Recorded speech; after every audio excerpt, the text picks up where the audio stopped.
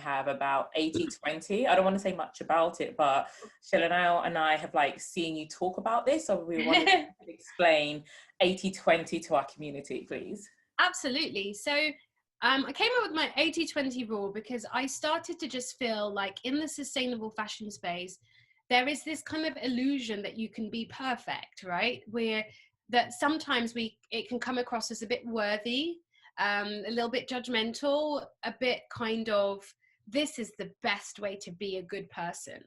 And I just think that there's so many problems with that way of thinking and that statement. And so instead of it, I wanted to kind of come up with something that was a bit kinder to myself and encourage people to be kinder to themselves. So instead of saying, this is how you can be perfect, it's acknowledging that we cannot be perfect in this space. Because even if you do this one thing or this thing that you think is like this fantastic solution, there'll be another side to that that could be a negative impact for somebody else.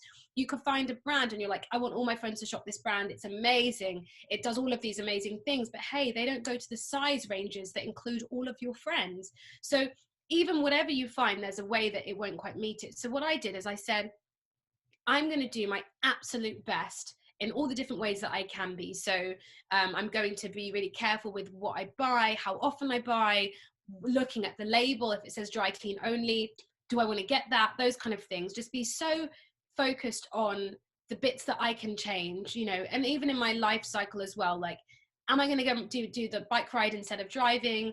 Have I got my reusable water? Am I looking on the inside of this garment before I buy it to make sure that that stitching is good? Like, these are the things I'm going to do.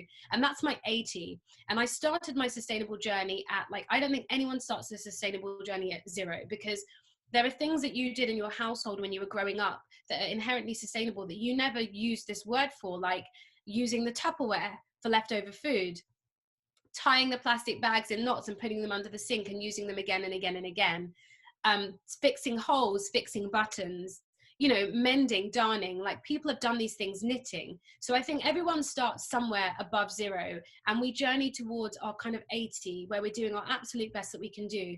But the 20 that's missing is that thing that we will never get.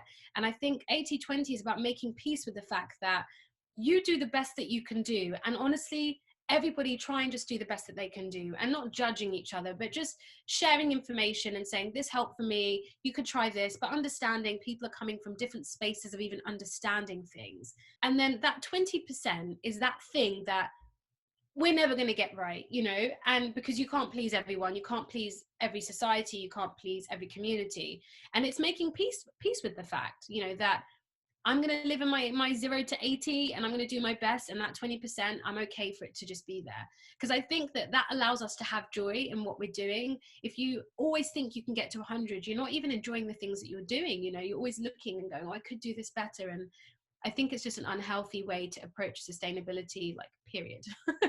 So that's the rule. That's the 80-20 rule. And take it, apply it, do with it what you will.